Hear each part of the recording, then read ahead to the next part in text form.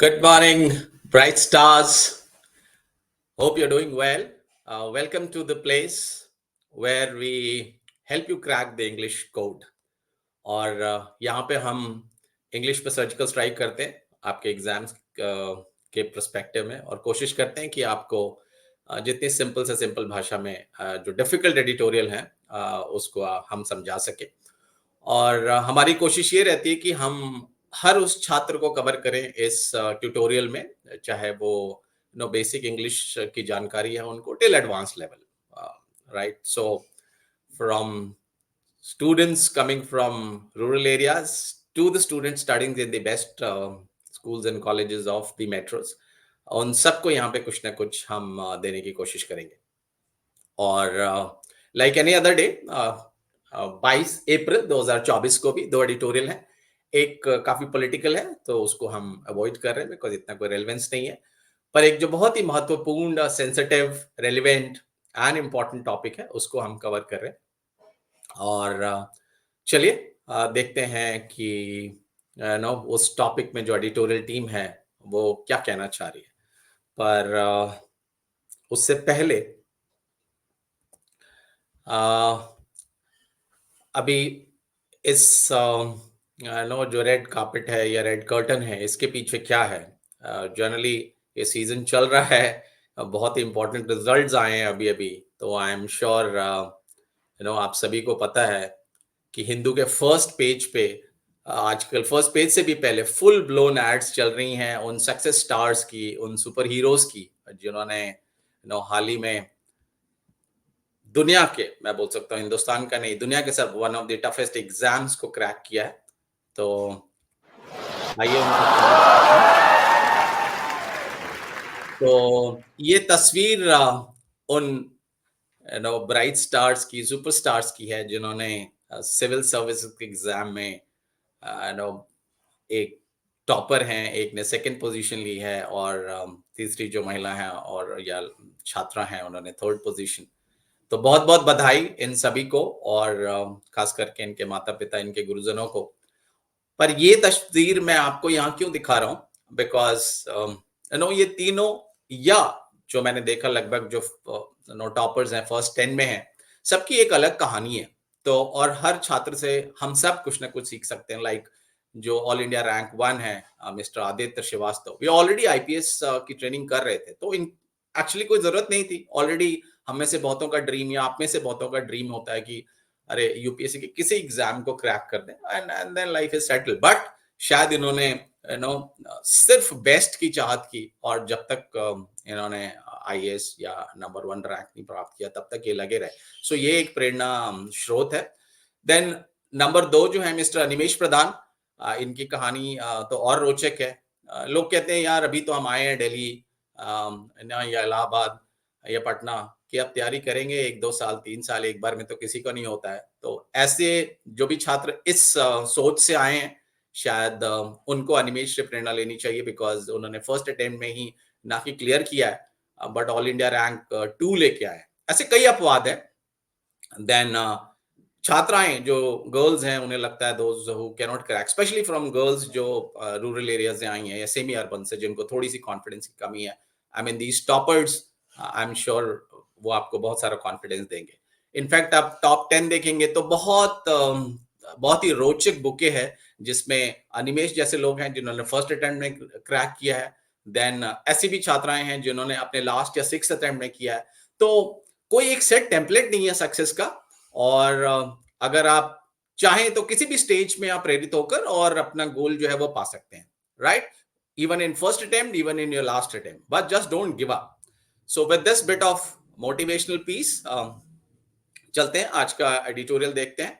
और आज का जो एडिटोरियल है वो थोड़ा सा फाइनेंशियल और इकोनॉमिक परिप्रेक्ष्य में है, कॉन्टेक्स्ट में है, और जिसका टाइटल है सॉबरिंग असेसमेंट, यानी एक थॉट प्रोवोकिंग असेसमेंट है। और जहां पे जो सब्जेक्ट है एडिटोरियल का वो कवर करता है the richer nations must show support for the poorest countries.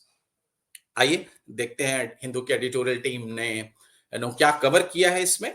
सो इस एडिटोरियल का आधार 2 रिपोर्ट्स है। एक है आईएमएफ की रिपोर्ट एंड जो पहले भाग में कवर किया गया है, और दूसरा हाफ जो है उसमें वर्ल्ड बैंक की एक रिपोर्ट या उनके जो एक चीफ इकोनॉमिस्ट हैं उनके व्यूज को कवर किया गया है। दोनों का तात्पर्य या जो संबोधन है वो कहीं ना कहीं एक ही दिशा में है कि जो दुनिया के अमीर देश हैं वो दुनिया के गरीब देशों का भी ध्यान रखें या उनकी तरफ भी ध्यान दें। और ये एडिटोरियल शुरू होता है आईएमएफ की latest world aggregate growth report की, जिसने अपना जो टारगेट है ग्रोथ रिपोर्ट का वो 2.9 से 3.2 कर दिया है 2024 के लिए। वो अपने आप में एक अच्छी बात है। पर जिन्होंने भी ये रिपोर्ट लिखी है उनका कहना है कि वो थोड़े सरप्राइज थे कि इतने मुश्किल हालात में जहां दुनिया की इकोनॉमी एक बहुत ही मुश्किल दौर से गुजर रही है वहां पे नो ऐसे पॉजिटिव सिग्नल्स उनके लिए भी एक सरप्राइज था। और इसकी वजह बहुत से एडवर्स शॉक मिले ग्लोबल इकोनॉमी को। आपको पता ही है कि अभी भी सारे देश जो हैं वो कोविड के प्रकोप से बाहर आ रहे हैं। देन रेड सी की क्राइसिस थी, देन आप वेस्ट एशिया में क्राइसिस देख रहे हैं, रशिया यूक्रेन की वॉर तो और अब आई डोंट नो साल से ज्यादा हो गया, बल्कि 1.5 साल प्लस होने वाला है। देन इजराइल हमास चल रहा है। So know most of the world is in turmoil. उसके बावजूद भी अगर नो एग्रीगेट ग्रोथ के सिग्नल्स पॉजिटिव आते हैं तो ये हम सबके लिए अच्छा है, सारे देशों के लिए अच्छा है। अब उन्होंने कहा इसमें अहम भूमिका किसकी है, तो उसमें अहम भूमिका उन्होंने इसका श्रेय सेंट्रल बैंक्स को दिया है, जिन्होंने जो अपने इंटरेस्ट रेट हैं वो बढ़ा के रखे ताकि नो इन्फ्लेशन पे थोड़ा बहुत कंट्रोल किया जा सके और प्राइस को स्टेबल किया जा सके, ताकि कंट्रीज जहां पे इन्फ्लेशन बहुत ज्यादा ना हो और जहां पे ऑलरेडी ज्यादा है वहां पे इन्फ्लेशन को मैनेज किया जा सके। एंड इसका मुख्य श्रेय उन्होंने नो लार्ज इकोनॉमीज को दिया या एडवांस इकोनॉमीज, स्पेशली यूएस को मेंशन किया उन्होंने, जहां पे स्ट्रांग डिमांड रही उसकी वजह से जो ग्लोबल एग्रीगेट ग्रोथ है उसमें इजाफा हुआ। कुछ और बातें कवर की गई हैं और आईएमएफ जो है वो ये भी बोल रहा है कि ठीक है, ये तो अच्छी बात है कि थोड़े से पॉजिटिव शूट्स या ग्रीन शूट्स दिख रहे हैं हमें ग्लोबल इकोनॉमी में, लेकिन वो जो रीडर्स का ध्यान, just a sec, let me just minimise myself. Okay, so अब उनका कहना है कि ठीक है, ये पॉजिटिव शूट्स हैं, ग्रीन शूट्स हैं, बट इसका एक डार्क साइड या थोड़ा सा सॉबरिंग साइड भी है।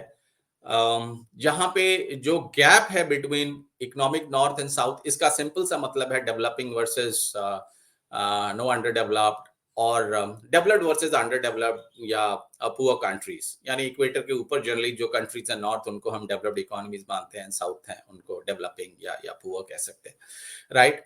और उनके बीच का जो गैप है वो बढ़ता जा रहा है।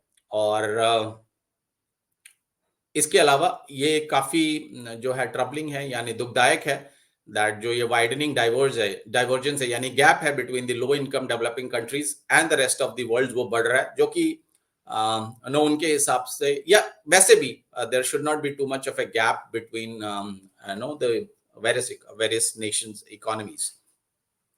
और ऐसी जो कंट्रीज हैं, जो लो डेवलपिंग कंट्रीज हैं, उनके लिए एक और चिंता का विषय है कि उनकी एक तो ग्रोथ नेगेटिव हो रही है या नीचे की तरफ जा रही है, और इन्फ्लेशन बढ़ रहा है, यानी कि डबल मार पड़ रही है उन्हें या ऐसी इकोनॉमीज को जो अंडर डेवलप या डेवलपिंग इकोनॉमीज है।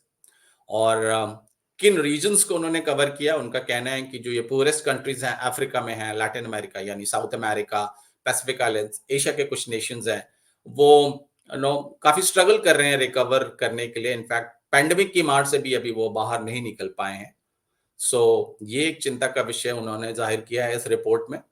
और कोविड के जो घाव थे वो अभी भरे नहीं हैं, और उनकी इकोनॉमी जो है वो अभी नो प्री कोविड की जो प्रोजेक्शंस हैं उससे बहुत दूर है। तो इस चिंता को दर्शाया है इस एडिटोरियल के थ्रू आईएमएफ की टीम ने। और उन्होंने कहा ये तो पहले ही इतनी सारी प्रॉब्लम्स के साथ जा रहे हैं ये जो डेवलपिंग नेशंस हैं या पुअर नेशंस हैं, और सबसे इंपॉर्टेंट कि अब इनको और बर्डन जो है वो भार झेलना पड़ रहा है डेट सर्विस का। डेट सर्विस वो होता है मीन जो भी इन कंट्रीज ने लोन लिया है, चाहे वो आईएमएफ हो, वर्ल्ड बैंक हो या किसी भी एजेंसी से, उस लोन को जारी रखने के लिए जो कीमत चुकानी पड़ती है, आप ईएमआई बोल सकते हैं, जैसे हम लोन लेते हैं उसकी हर महीने ईएमआई देते हैं। तो अब इनकी ऐसी स्थिति है कि इनको ईएमआई देना भी मुश्किल हो रहा है या अपने लोन्स को सर्विस करना भी मुश्किल हो रहा है। देन और जिस भी कंट्रीज को अगर उनके डेट सर्विस करने में ही प्रॉब्लम आ रही है, तो जाहिर सी बात है कि वो जो बाकी इंपॉर्टेंट फंडामेंटल रिक्वायरमेंट है उस देश की या उस कंट्री की, like better education, health care, food security, उन पे खर्चा करना उनके लिए और मुश्किल हो रहा है। तो क्या ये जो विषय है या सब्जेक्ट इम्पोर्टेंट है? डेफिनेटली इम्पोर्टेंट है, और नॉट ऑन एग्जाम के पर्सपेक्टिव से तो है ही है, बट अदरवाइज ऑल्सो संवेदना के हिसाब से भी, अगर हम ग्लोबल सिटीजन हैं इस देश के और इस संसार के जो हम नागरिक हैं, तो हमें थोड़ी बहुत संवेदना होनी चाहिए हर उस कंट्री के साथ जो डिफिकल्ट दौर से गुजर रही है। अब आईएमएफ की रिपोर्ट के बाद इसी इसी तथ्य को या इसी विचार को और रीइंफोर्स किया है वर्ल्ड बैंक की एक रिपोर्ट ने।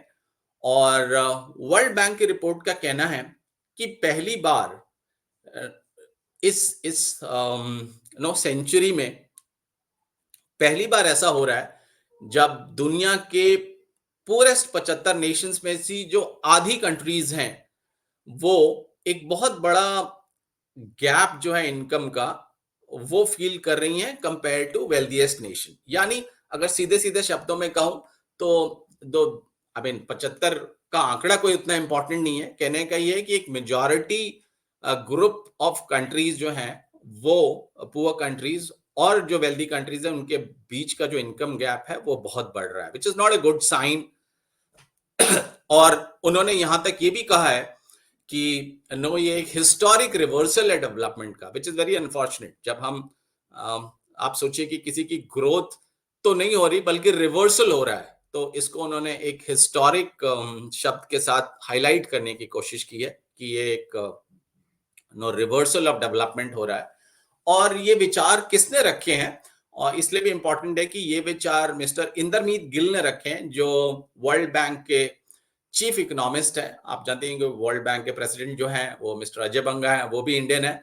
और आपको जान के खुशी होगी कि मिस्टर इंदरमीत गिल भी इंडियन ओरिजिन से हैं। और नो, खास करके जो स्टूडेंट दिल्ली यूनिवर्सिटी में पढ़ रहे हैं या पढ़े हैं, उन्हें तो और ज्यादा खुशी होगी कि ये नो दिल्ली यूनिवर्सिटी के स्टूडेंट हैं। सेंट स्टीफन से इन्होंने बीए इकोनॉमिक्स किया है, then Delhi school of economics से इन्होंने एमए इन इकोनॉमिक्स किया है। सो आई थिंक इंडिया का दौर चल रहा है, जितनी भी टॉप ऑर्गेनाइजेशन है उनके लीडर्स हैं, इकोनॉमिस्ट हैं, वो कहीं ना कहीं नो उनका रूट इंडिया में। सो आई थिंक इट्स मैंने इसलिए मेंशन किया बिकॉज कहीं ना कहीं आप इससे प्रेरणा ले सके और you know feel proud of your roots जहां से भी आप पढ़ रहे हैं। आई थिंक इंडिया की universities you know are indeed the best, and ये सक्सेस स्टोरीज जो हैं मिस्टर अजय बांगा, इंदरमीत गिल, ये दर्शाती हैं कि नो, और ये तो आपसे बहुत सालों पहले पढ़े हैं, दैट मीन्स उस टाइम तो सुविधाएं और भी कम थी। तो इमेजिन आप तो 30-40 साल बाद पढ़ रहे हैं, so how lucky you are.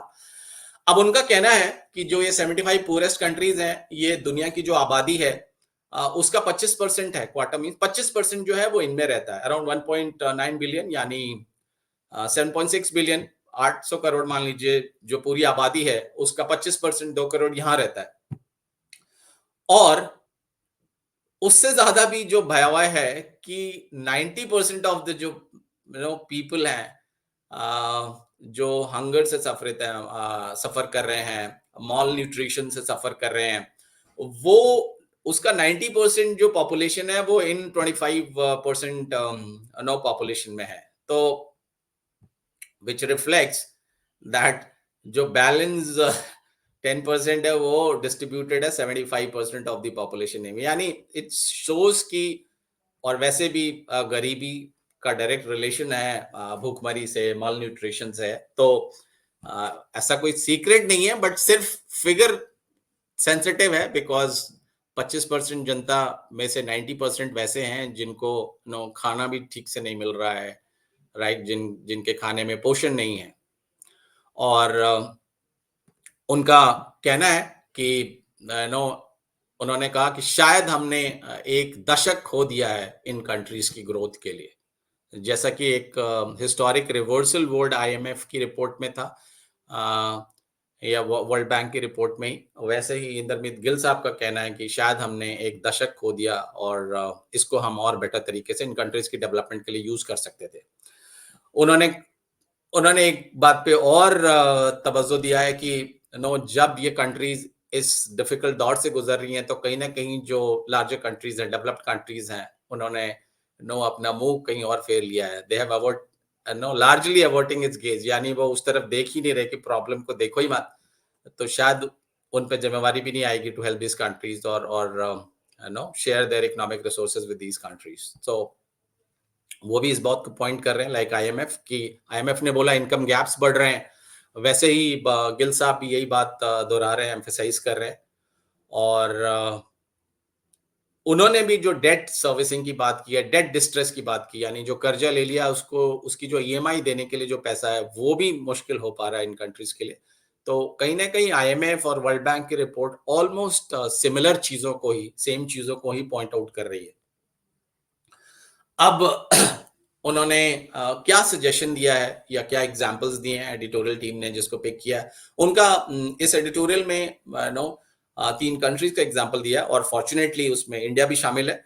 तो उन्होंने कहा कि नो कुछ साल पहले तक साउथ कोरिया, चाइना, इंडिया, ये भी उन कंट्रीज में आते थे जो नो आईएमएफ, वर्ल्ड बैंक और इनसे कर्जा लेते थे, लेकिन somehow know with right policies, right leadership and a very entrepreneurial population and the zeal of the citizens of these countries, because of all this combination, in सबके मिश्रण से आज वो एक इकोनॉमिक पावर हाउस बन गए हैं और वो लेंडर से डोनर बन गए हैं। I mean it's a matter of pride that हम कभी जो कर्जा लिया करते थे, अब हम ऐसी संस्थाओं को पैसा दे रहे हैं ताकि वो दूसरे और जो गरीब नेशंस हैं उनकी मदद कर सके।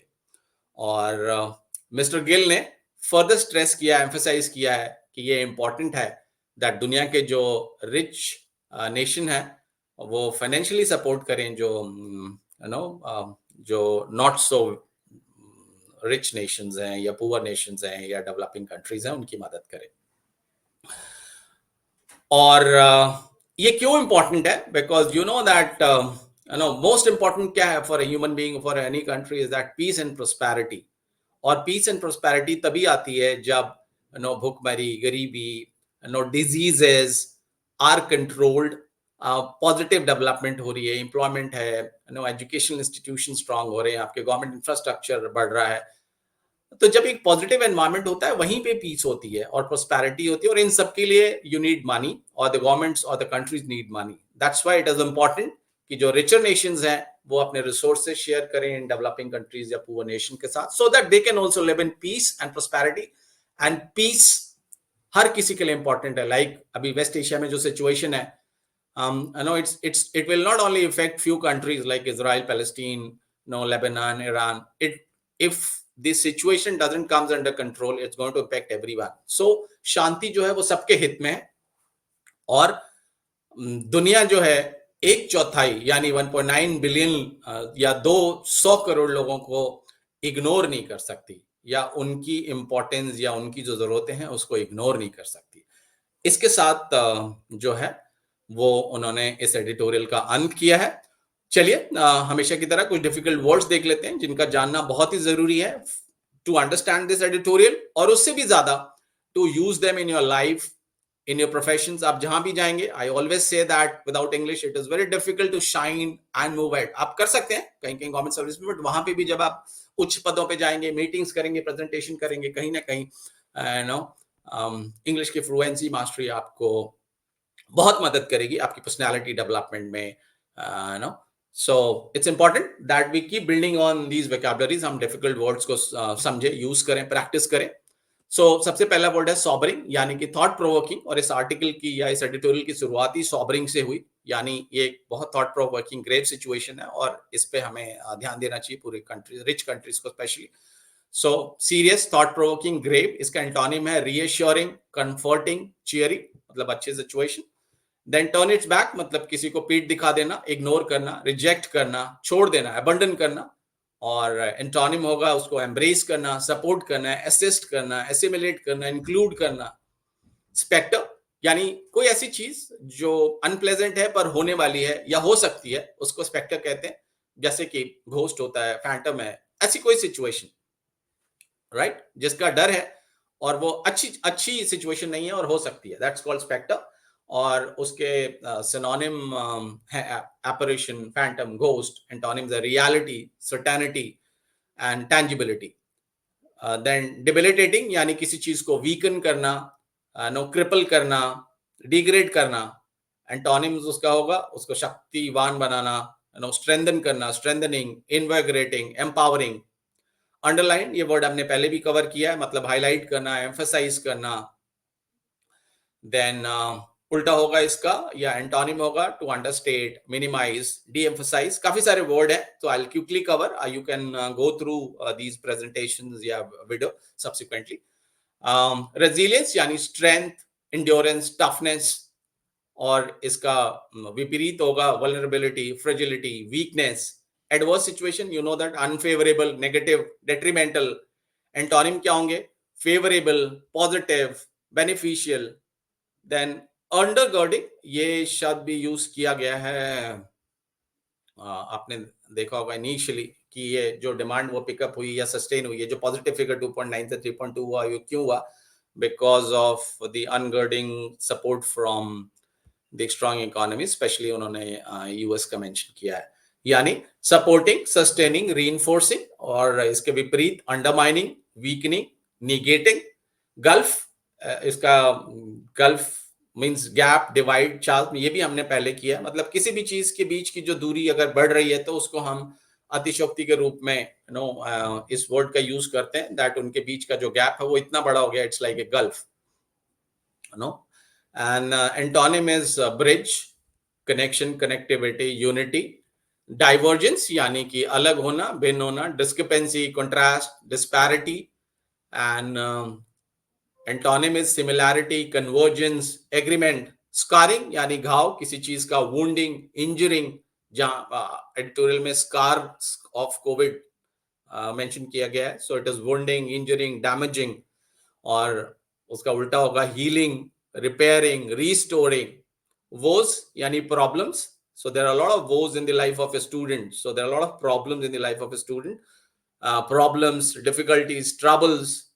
इसके विपरीत जॉय, ब्लेसिंग, ट्रायम्स, हैप्पीनेस. सैडल्ड यानी किसी चीज को और बर्डन करना. लेडन, किसी के ऊपर और भार डाल देना. एनकम्बर्ड, और इसका उल्टा होगा उसको फ्री करना, अनबर्डन करना, लिबरेट करना.